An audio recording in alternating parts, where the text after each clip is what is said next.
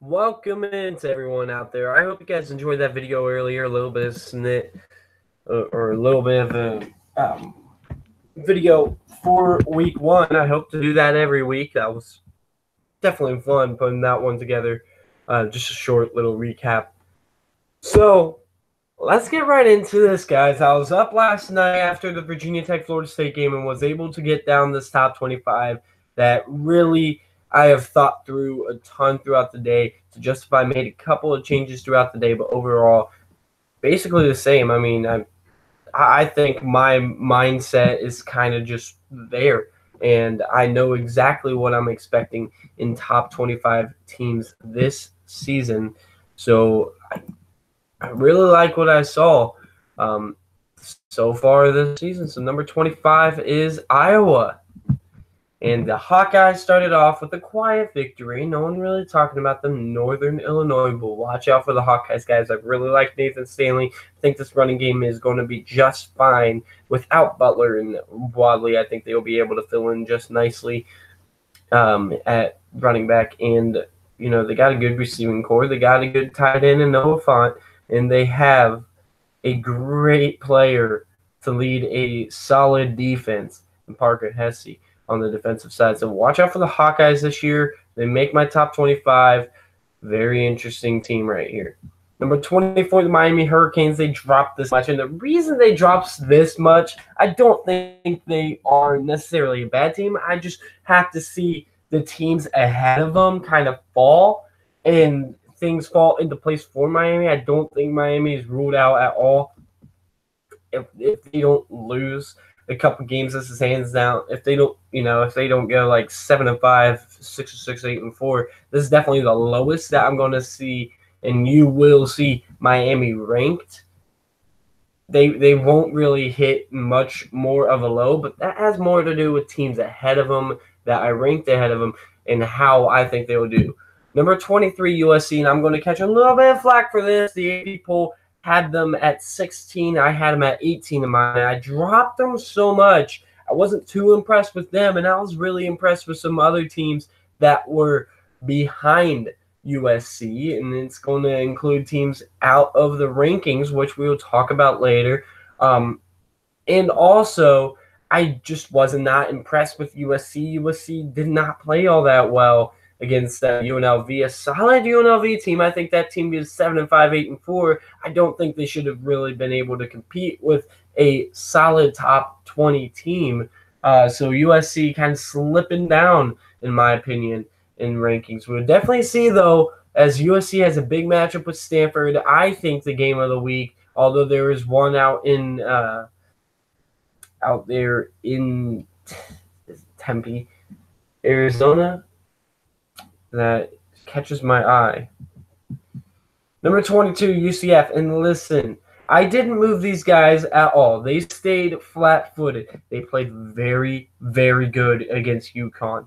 But yet again, they probably would have moved up if it wasn't for teams that were behind them and a team or two that were unranked moving up, in my opinion. So that's why UCF is stuck here at 22. But they don't move at all. Can't be mad at that necessarily that they didn't move. I think you can't have them too highly ranked.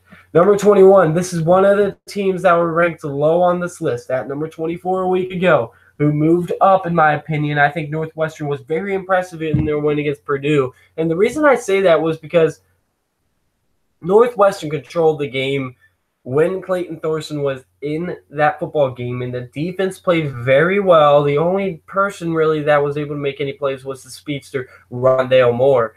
And everyone else was kind of struggling to get going for Purdue. That's why I have to put Northwestern up here. I think Northwestern is a solid team, a very good victory in West Lafayette, and then hostile environment as well. They scored 31 first-half points, and that's all they needed. They were up 31-14 at a point, I believe. They were at least up 31-17 at a point in the first half. So a very good job by Pat Fitzgerald's crew. And also, guys, Jeremy Larkin might not have the durability of Justin Jackson from past years, but he's more of a home run hitter. He's a lot quicker. He can make bigger plays than Justin Jackson could a year ago. Not as durable as of course, meaning he won't get 5-6 yards every carry like Jackson would, but he has the ability to go 50, 60 yards and provide a spark. And Northwestern didn't have that spark last year with Justin Jackson at running back. Number 20, Boise State, and they stayed put as well. Boise State, very impressive in their win against Troy. A lot of people predicted that one to be a very close game. I didn't expect it to be all that close, though. I expected Boise State to cover the spread, which was 10.5 points.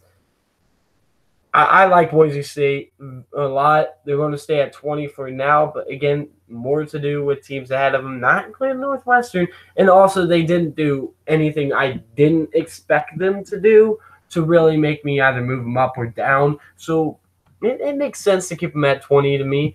Number 19, the Michigan Wolverines, and this is where it kind of starts. Michigan in the controversy. I think Michigan's defense is pretty good. I'm still not going to shy away. I think that defensive line had a very bad game. I was very disappointed in Rashawn Gary not able to contain Brandon Wimbush's ability to scramble. But honestly, a lucky touchdown on a Hail Mary pass in double coverage. Michigan's secondary got to play that better. But what my big issue is, the Shea Patterson factor. I've never bought into Shea Patterson. I call him turnover Shea Patterson because he turns the ball over a lot. You know, he had 9 interceptions last year in 7 games, 5 interceptions to 0 touchdowns combined against LSU and Alabama. 2 really good elite defenses. He's got two or three more elite defenses still on the schedule. Notre Dame was one of the elite defenses. He actually only threw 1 pick. They fumbled the ball twice, I believe. Lost the turnover battle. But Shea Patterson was the one who turned the ball over at least twice. I can't recall if he turned it over 3 times, but at least twice. And really, it was just a turnover margin that kind of killed Michigan in this game, even though Notre Dame seemed to be just a better team. Their defense looked pretty good, and we'll touch on Notre Dame in a bit. But Michigan in specific, they looked better with McCaffrey in the game, and I am very disappointed with that run game. This offensive line is a big concern. Florida State dropped out of the rankings. I'm already spoiling that. They're not going to be higher than they were a week ago at 23. Florida State dropped out of the rankings with offensive line problems. Michigan won't drop out of the rankings, but they will drop all the way down to 19 because of offensive line issues. Number 18, South Carolina, the team that beat Michigan in the Outback Bowl, I believe it was, last year. But I'm not factoring that into the rankings. The only reason I have South Carolina ahead of Michigan per se is South Carolina just looks like a better team, and it has nothing to do with last year. I'm talking about a team that is going to go up against Georgia. A little bit of a spoiler, but Georgia is a top 5 team, and I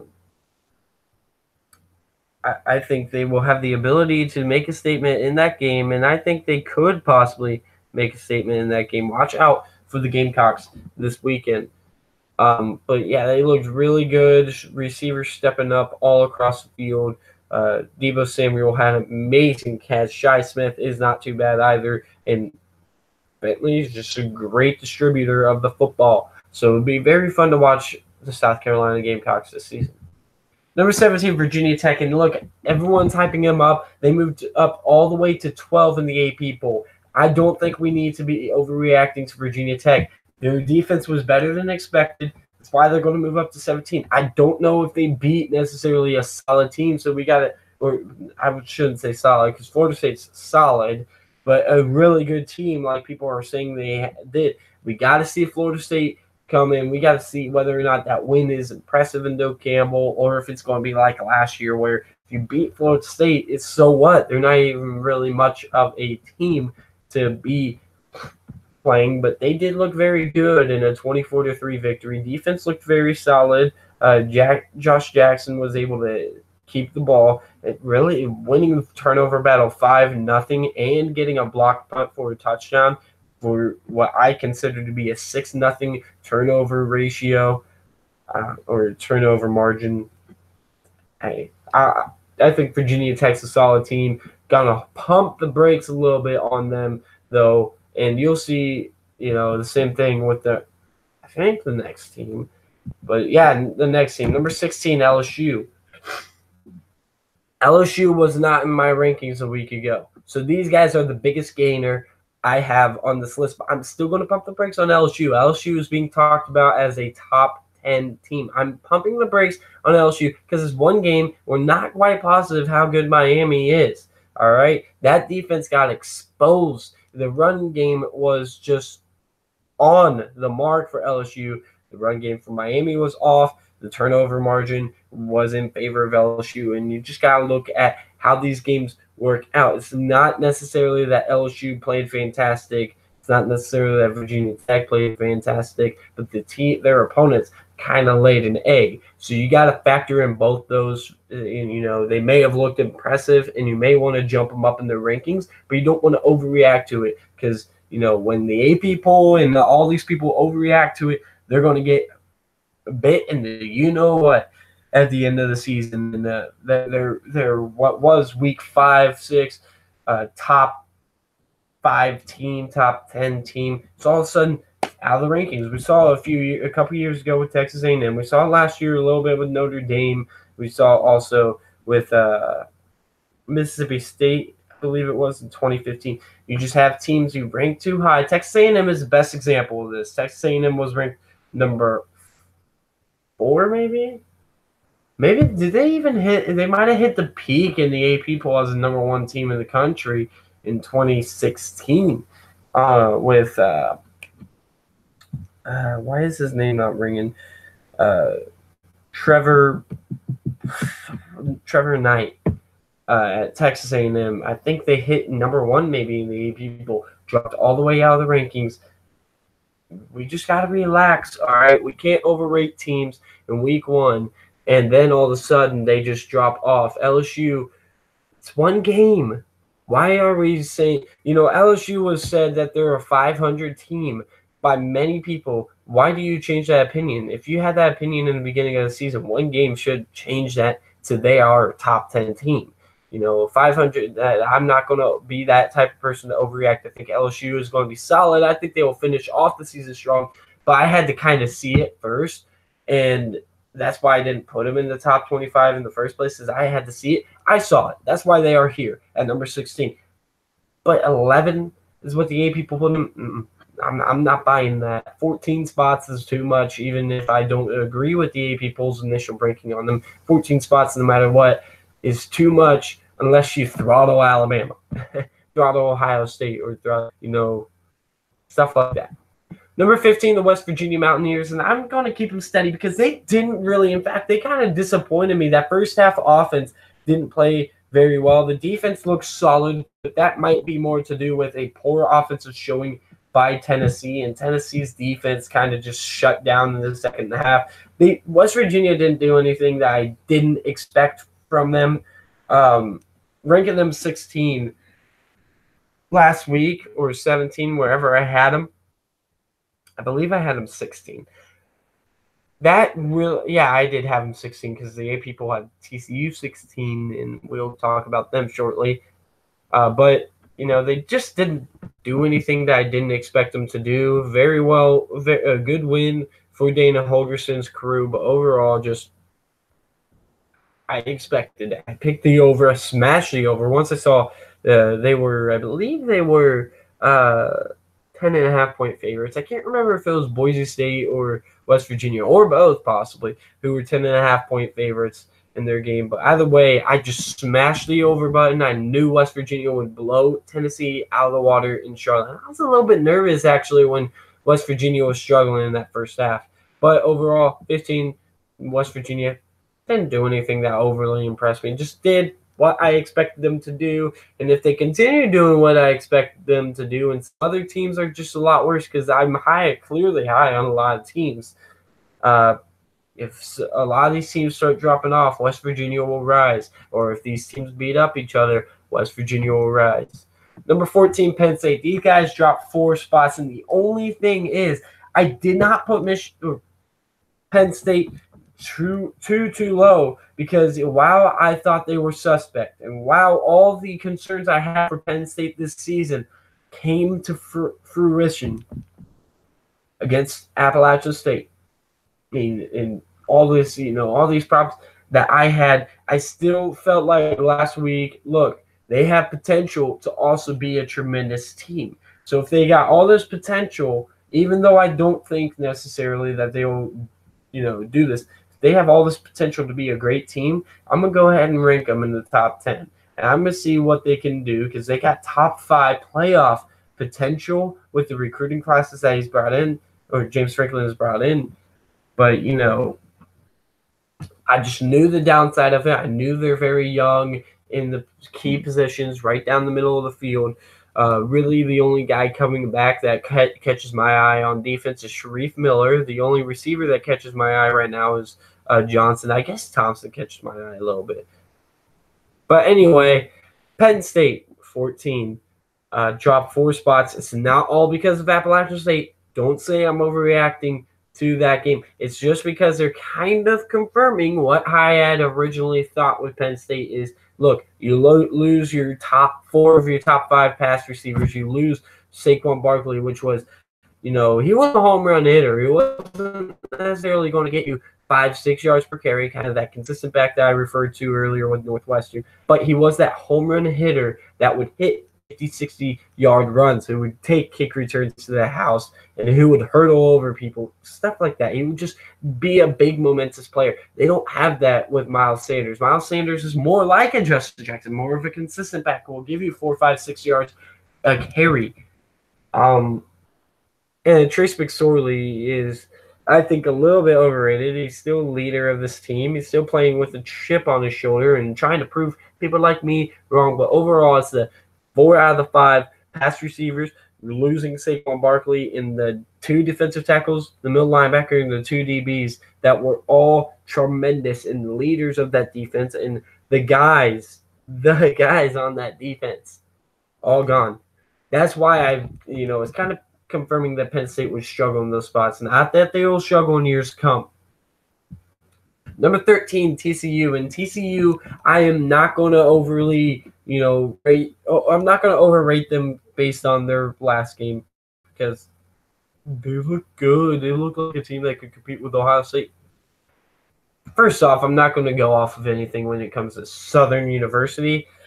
I think it helps them that they will have an extra day to prepare for Ohio State coming into that game. But I also like this defense, and I really like this rushing attack that TCU brings. We'll talk about Ohio State and TCU. Maybe I'll hit them later on when I talk about Ohio State.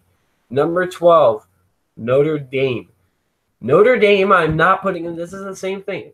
Quit overreacting to Notre Dame's when we don't even know how good Michigan was. They were an 8-5 team a year ago, Michigan was. And again, that has nothing to do with it, but we don't know necessarily how good Michigan is, if they will be good. We don't necessarily – that defense didn't look necessarily fantastic for Michigan. And also, they've had offensive struggles in the past. Again, not going off strictly on things that happened in the past, game results that happened in the past, but at the same time, you can look at trends and you can go along with those trends. Michigan offensively has struggled under Harbaugh. All right, if they continue to struggle, and this is why I just pump the brakes on Notre Dame, if they struggle again this year, and that's an if, doesn't mean it will happen, if they struggle again this year, Notre Dame's win against Michigan won't really mean all that much. And we'll definitely see with Michigan, they have to go to Evanston in a couple weeks. They also got Nebraska in a couple weeks right before Northwestern. So it's going to be a very interesting September to watch the Michigan Wolverines. Specifically, you got this first game in September in which they lost, and the last 2 games in September, which will be very interesting at home against Nebraska and at Northwestern. And by the way, I'm not going to say that the passing situation is solved for Notre Dame. I'm just going to cut to that chases. Notre Dame's not necessarily, great passing the football just because Wimbush looked a little better passing the ball. He still threw a Hail Mary into double coverage, and it was somehow caught. Number 11, the Stanford Cardinal, just right outside the top 10 for me. And you'll see what? Wait. There's a team missing. Wait a minute. Why are you? Okay. let's just start here. Stanford didn't overly impress me against San Diego State. San Diego State's also a solid team, though.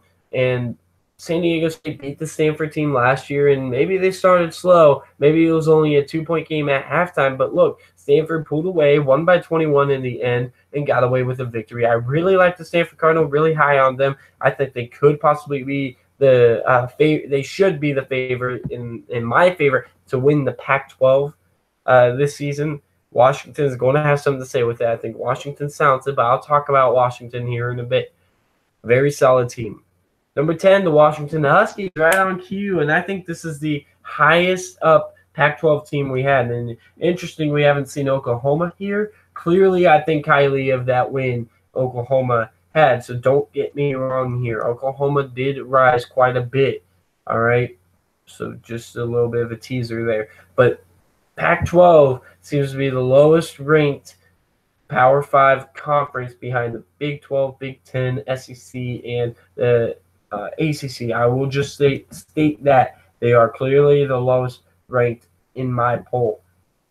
Washington looked pretty good at points. You know, the passing game got going a little bit. I really liked how the running game was able to go here and there. But they were having problems finishing drives late in that game, and they had problems containing that defensive line, which is really talented, of Auburn. I will say this, Washington is not done, but with the tough road ahead, they got Stanford, they got Oregon. I don't want to say they got UCLA now after Chip Kelly, you know. I would say Chip Kelly is the one who lost UCLA that game with a couple 4th down and 5 in like tied games and down by 3. And it was just terrible. Just terrible. A terrible thing to watch. But anyway, back to Washington. They have Utah also on the horizon, on the road in Rice-Eccles here in a few weeks.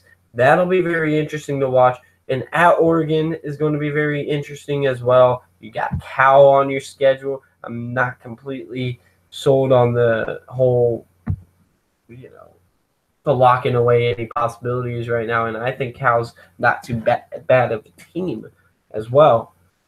But Washington right there. Very interesting team to keep an eye on this season. Number 9, Sparty. The reason I didn't drop them out of my top 10, which most people will, and I had them 8 last week, they usually do this. They start out very slow. They get going a little later. It's just kind of a warm-up game. Plus, I don't think that low of Utah State. I think Utah State isn't a bad team. Jordan Love just caught Michigan State off guard, I think. I think this game really, with better preparation, which, you know, Michigan State did not prepare all that well. They were just looking for a warm-up game here. Lack of preparation is why Michigan State had such a close call against Utah State. They were a much better team. They outgained Utah State by over 100 yards. They just had a bunch of penalties, kind of shooting themselves in the foot. They had a bunch of plays just go up against them. Really, that game could have been a 24-31 point game. Utah State came all the way back slowly. Jordan Love looked very good in his first career. I don't think it was his first career start, but his first start of this season and first time as a full-time starter. They looked pretty decent. Michigan State, you know, just a lot of room for improvement there, but still, I think their upside is tremendous. I really like their defense. Joe Basch made one of the most amazing plays of the weekend that I didn't include in my video, and I'm kind of regretting not putting it in because it was a tremendous diving interception to win the game against Utah State and survive. So that's kind of where I sit there. Number 8, Mississippi State. Hey, there they are. They finally make it. I am high on Mississippi State, guys. We saw all these guys around Nick Fitzgerald, and granted it was Stephen F. Austin. It wasn't not much of an opponent. But look, why are we sleeping on Mississippi State? They got a ton of talent on both sides of the ball. They got some pretty good receivers, some solid receivers that Nick Fitzgerald can throw to. And we'll see Mississippi State against Kansas State when I believe they will absolutely throttle Kansas State. Skylar Thompson going to throw a couple interceptions for sure. He's going to get pressured a lot. Aris Williams is going to run over 100 yards. Fitzgerald's going to run pretty well, and he's also going to throw pretty well. I think Mississippi State is going to showcase what they can do in the upcoming weeks. I think Mississippi State is a force to be reckoned with in the SEC West. If it's not Auburn to dethrone Alabama, watch out. Mississippi State, all three of these teams in the SEC West, Mississippi State, Auburn, and LSU, can beat Alabama. They have the talent to do so, and they play as if they want to. They are striving to beat Alabama. I really like what I see from Mississippi State. It'll be interesting to see if Joe Moorhead keeps them on the right track. But, man, Mississippi State is a solid team. Number 7, Oklahoma, and this is a 4-ranking jump. This isn't keeping them at the same spot. This is a 4-ranking jump. I had him at 11. I really liked what I saw. Kyler Murray impressed me. That defense impressed me, but I wasn't going to overreact. And FAU's defense is also not that good, so I'm not going to oversell. But the offense looked good, a little better than I expected, but still close to what I expected. The defense looked better than I expected. Still, again, a lot. It's one game against FAU. FAU still FAU, guys. We got on the Lane Kiffin train, including myself. FAU was the 6th team out, the very last team that I was considering, at least that I looked at in this poll. I was wrong, but a lot of us were wrong. I don't see Florida Atlantic being much of a team, really, or at least much of a team, Power 5 standards. They got throttled against Wisconsin last year. Well, Utah State had a better fight than Florida Atlantic for a couple quarters against Wisconsin. I'm not really, I'm not surprised that Oklahoma blew them out. I am a little bit surprised of how well their defense did. Number 6, Auburn. I kept them at number 6. Listen, it has more to do with what I think of the teams ahead of them. I don't think that Auburn or Washington, they didn't really necessarily impress me. I watched that game, and I did go to the Ohio State game, so I watched the whole entire second half. And I watched the end of the first half. But what really struck me was Auburn. They could have blown out Washington, and vice versa. Washington could have also stuck the ball in the end zone a couple more times than Auburn. It really was just a game where both of these teams kept missing out on opportunities. Maybe that's a testament to the defenses. I don't necessarily know, and we'll see in weeks to come. But right now, I just don't feel comfortable with putting Auburn in the top 5. I don't know why. I really like Auburn. I like him as a contender for the championship, not just the SEC, but the championship. But I just can't overreact to one game that, I wasn't that impressed by. Number 5, the Wisconsin Badgers. I actually will say this. Even though I did say that about Auburn, I did consider Auburn over Wisconsin. It came down to this.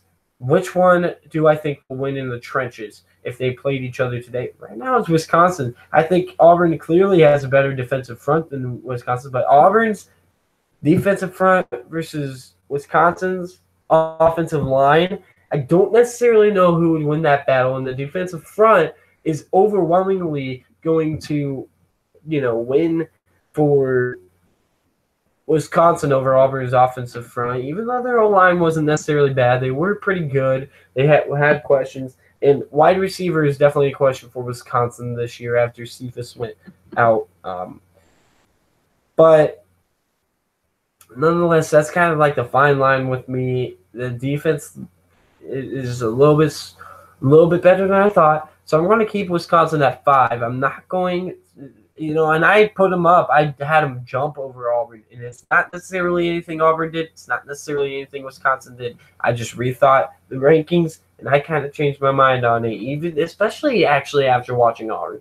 Because watching Auburn, they're just like, yeah, they're a really good team. They are a solid team. I don't know if they're a top 5 team. That's the thing. Not that they can't be a contender. I don't know if they are a top 5 team right now. Got to see a little more from Auburn. Got to see a little more from Wisconsin, too. Got to see more from all these teams, all right? I got to watch all these teams, but mainly just settling here, Wisconsin 5. Number 4, Georgia. Oh, it's going to get interesting. Georgia all the way down at 4. I wasn't that impressed with Georgia, and you'll see that. I mean, it was Austin Peay, so I'm not going. You got to kind of look in lenses of how conservative they were really, but I wasn't really all that impressed. They didn't do anything that popped out to me. They didn't do anything that I just was like, hey, Georgia shouldn't be in the top 4. They're a really good team. That's all you got to say. Moving on, though, I don't know what else to say about Georgia. Defense still has questions, but they will not be answered against Austin Peay. They will be tested this week against the South Carolina Gamecocks ranked 18.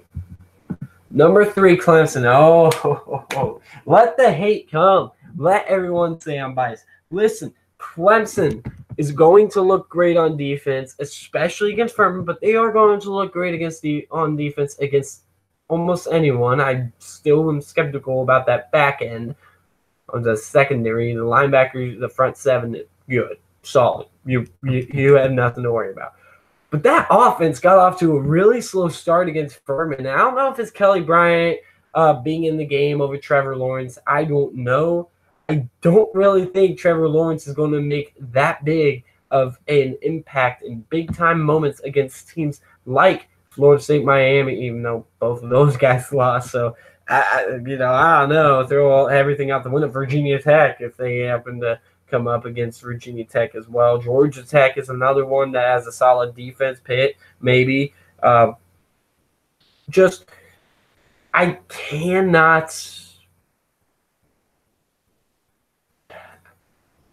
I don't know how to put this exactly. I cannot put too much weight on this Furman game, and they won 45-0, and they struggled to get the ball going in the first half.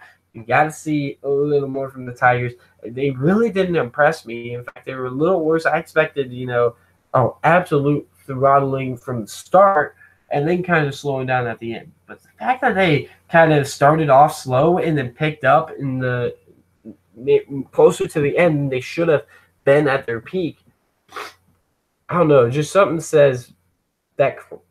me says that Clemson is the line between 1 and 3 to me is pretty close. Really 1 and 4, pretty close. I don't think these teams are that different. And you can probably assume who my number 2 is. You guys probably think I'm biased. I'm going to put Ohio State 1. No, I'm not going to do that. I'm going to put them a 2, and here's why. Ohio State played a team, Oregon State, that, let's face it, yeah, they went 1-11, and it's a new year, so I don't put any weight on that, but yeah, they went 1-11 last year. I'm not going to say that they're going to be world beaters because they went 1-11, but the fact that Ohio State went up against a Power 5 opponent, I don't care if it's the worst Power 5 opponent, I don't care if it's Oregon State or Alabama, it's still impressive to go 11 for 11, 11 touchdowns on 11 possessions. That is tremendous. So this offense for Ohio State, I think, could possibly be the most explosive offense. I will say this. Oregon State's defense is better than FAU's defense. So those of you kind of saying this whole thing about, well, Oklahoma played a better team, they played a way better offense and shut them down. And even the backups, they only allowed 14 points. I will say this. A lot of you are going to say Ohio State allowed 31 points. A lot of that was garbage time. Chase Young and Nick Bosa weren't in the game for 24 of those 31 points. And yeah, they scored 7. It was a slant route over the middle in which you can talk about the safeties and the inexperience from Jordan Fuller, who was playing that ball. I think it was Jordan Fuller. It was either Jordan Fuller or Isaiah Pryor. But you can talk about the inexperience that could be fixed. But that, to me, is irrelevant. how well Dwayne Haskins played, how well Mike Weber played. J.K. Dobbins wasn't even a factor really that much in this game because Mike Weber was.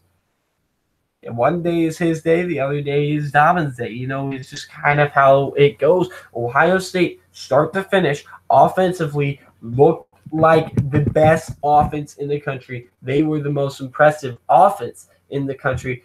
The defense has question marks in terms of depth. I thought they were a little bit deeper on the defensive end. Turns out I was wrong. A little bit of a bad job containing, but over the middle also was a problem.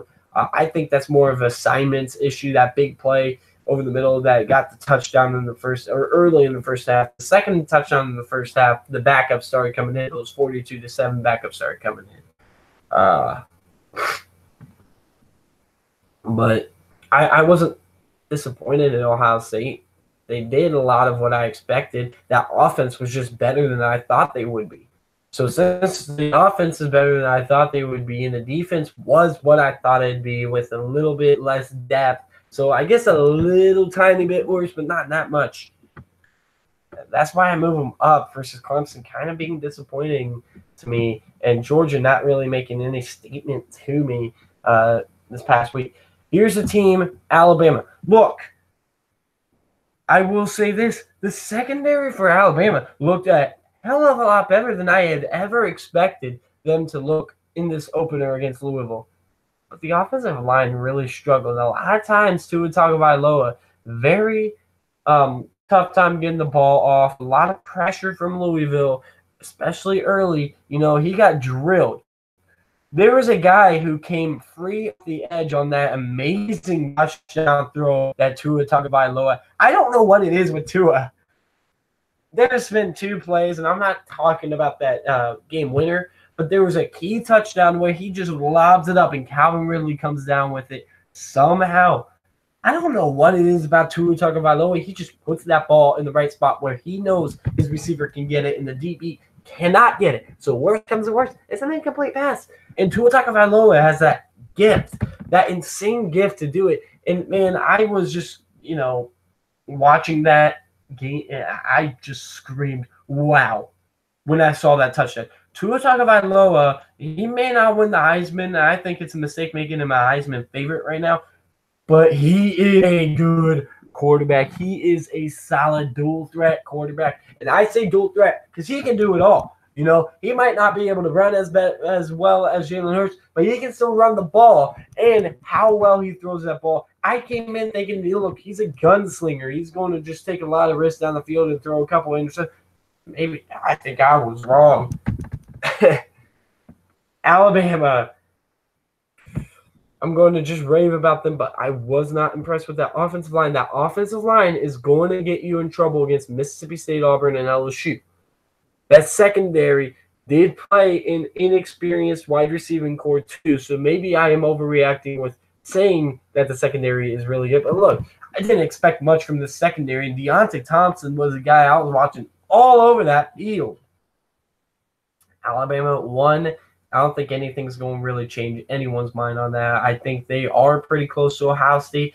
I don't think there's really enough of a margin to make an argument for Ohio State, Clemson, or Georgia at number one. And if you want anyone else above Alabama other than those three teams right now, you are dead wrong.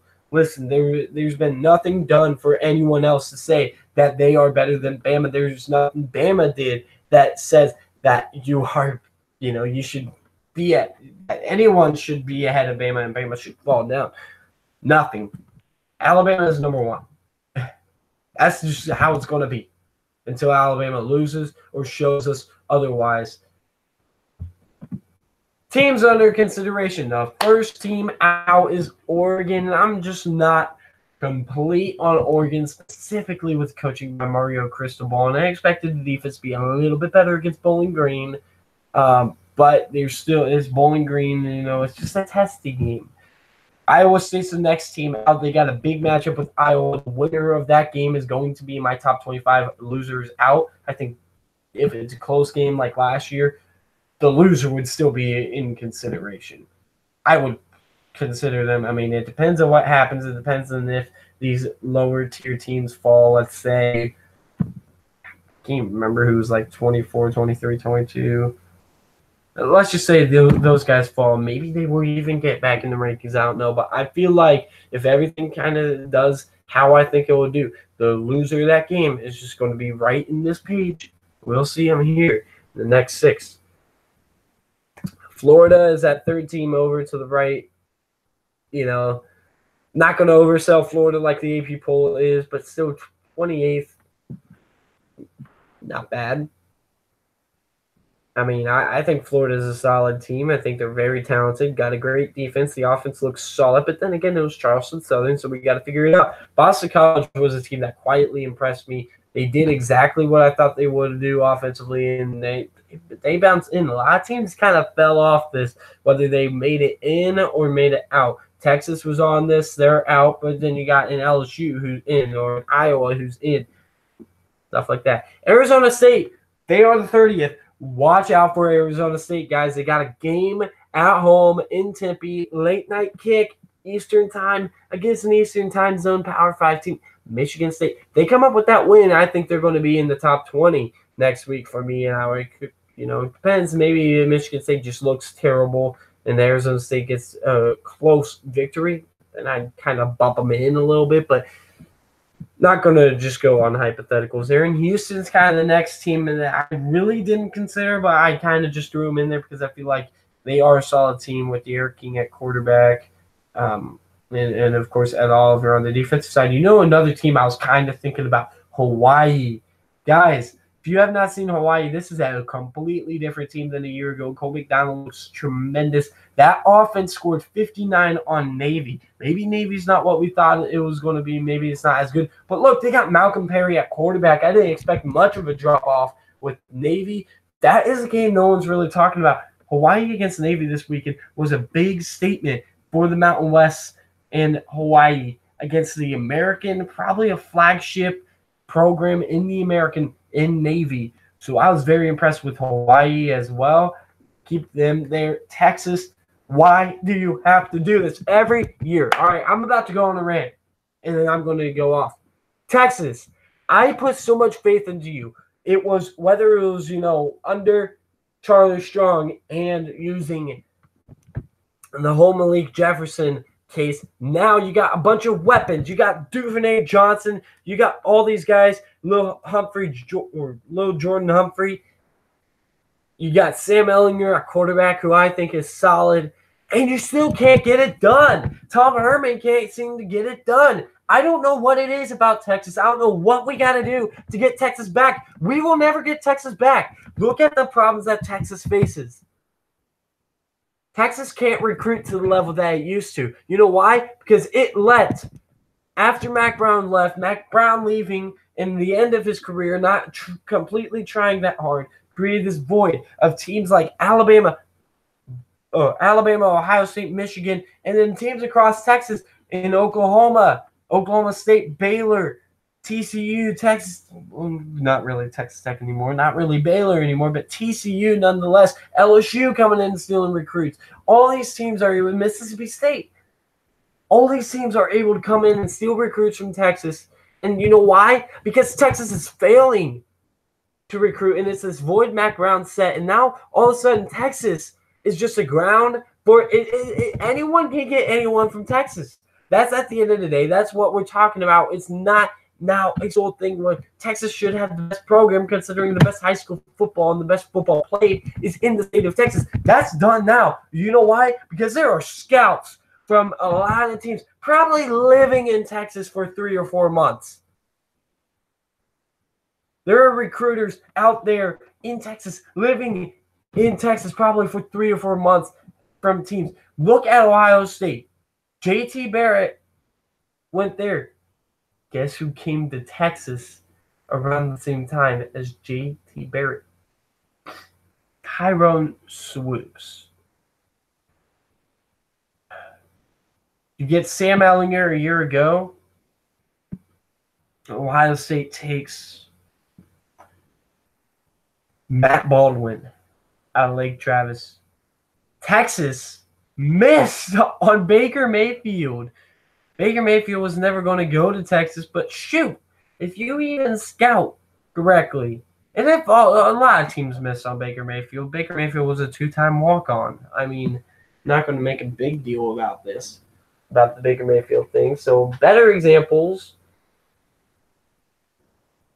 just plenty of guys from Texas. Plenty of guys from Texas not going to Texas that are top players that are in the league now that are top tier players right now. And it's just sad.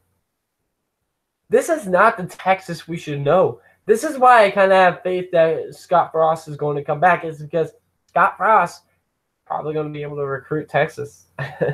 He's probably going to be able to recruit Texas better than Tom Herman at this point. Because Tom Herman's just – when Tom Herman accepted the Texas job, I don't think he realized how hard it is. Now, everyone's vying for your state in recruiting. Everyone's selling out in your state for recruiting. It's not like past years.